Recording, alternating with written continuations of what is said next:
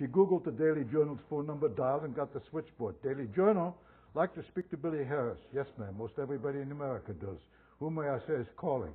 President Joseph Mooney of the Mooney Talent Agency in Hollywood, California. I'll see if he's in. Pick up the phone, Joey. They're connecting. Harris here. Joe Mooney, Mooney Talent Agency. I read your article, Mr. Harris. Dynamite. What's on your mind? Money. Pause. Always an interesting subject, Mooney. Yours or mine? Yours and mine. Okay, shoot. What's your gig? I run a talent agency. I work my ass off for my clients. They get rich, I get richer. I'm a journalist, Mooney. I ain't got no talent. Good story about that flying janitor, Harris. You've got the same talent as me. That being digging up gold in a coal mine. Short pause. Gold in a coal mine? Nice. You're pretty good with a shovel yourself, Mooney. We just shovel different stuff. Not necessarily. Let me get to the chase, Harris. I'm a hustler, but an honest one. My favorite guy's Pete Rose, Charlie Hustle himself. They throw his ass out of baseball for gambling. Best hitter in the history of the game. So does he go in the tank? No way. He signs autographs, sells baseball cards, makes a cottage industry out of misery. Sort of like your flying janitor, freak of nature. Get my point, Harris? Yeah, I got your point. Get to it, Mooney. I'm busy. Right. I'd like to meet you face to face. Talk a little. You sound like a nice guy. Maybe we can cook up something, make a few bucks. I can catch a plane out of L.A. in the morning. Say yes, I'll buy lunch. I'm in Kankakee, so food. So we'll drink lunch. Are we on? Mooney, you have a sharp mouth, but what the hell? When I see you, I'll see you. Deal. Until. Click of the phones. Ash, reservation, early morning to Chicago. Rent a car. Find out where the hell Kankakee is and how to get there. You're in charge when I'm going. Anyone needs me, I'm back in a couple of days, right after I've signed up a client in the flying business. So that's Joey Mooney. So now I want to take you to one little chapter here, which I had marked before, but I lost the thing.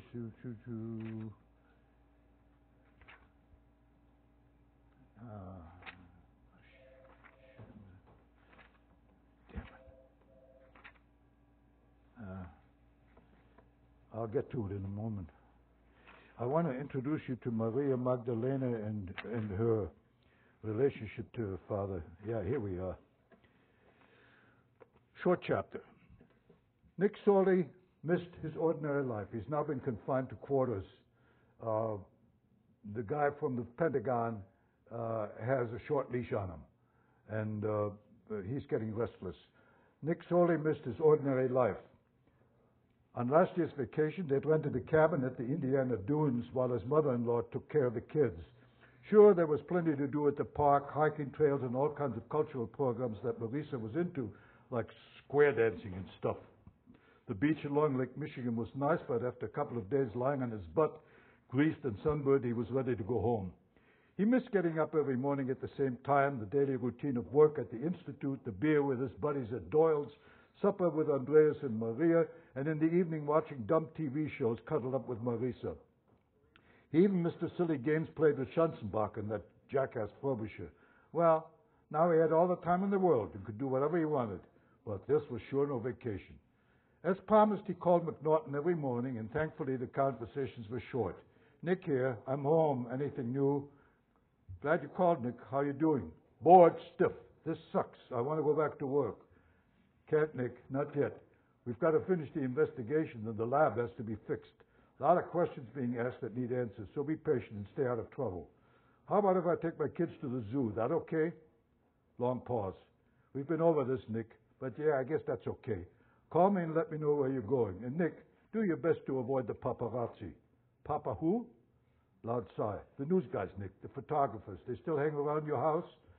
Some, yeah, but I don't pay much attention to them. Good. Talk to you tomorrow. Nick and Marisa pretended everything was exactly like before, but they knew it wasn't. When they shopped for groceries, people stared at them. One night they made love, and when Nick put his arms around her, she whimpered, Christ, Ma, am I hurting you? No, Nicky, it's okay. But it wasn't. Everything he did and touched was connected with the change in him. It wasn't only the physical thing, although he often looked in the bathroom mirror to see if his body had changed. He hated that his shirts were too tight. When he touched anything or anyone, he was careful not to break something or hurt someone. He wanted desperately to preserve a way of life that had comforted him as an adult. A placid and unruffled man until now, he became unreasonably crabby and often blew up at the slightest provocation. Recently, the children disappeared whenever Nick came into a room, and Marisa decided it was time to intercede before her household fell apart. One morning, after she took Maria to school, she came home to find Nick still in bed, eyes wide open, staring at the ceiling. "Nicky, we got to talk." "Not now, Ma, I'm tired." "No, you're not, Nick. You're not tired. You know what you are? You're sick." "I'm not sick."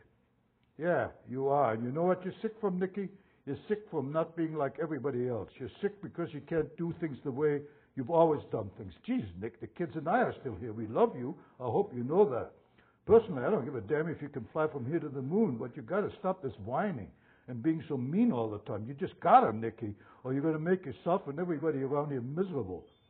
It was the most furious speech he ever heard from her, and it shook him up. "Hey, Ma, okay, I'm sorry. I'm really sorry. Geez, babe, calm down a minute, will you? You know I don't want to hurt you or the kids. I'm just so nervous all the time. Know what I mean? Geez, I have to call that guy at the Pentagon every day. My shirts don't fit. I can't even hug you without thinking I'm breaking your back. I feel like I'm a goddamn prisoner in my own house. Makes me sick, Ma.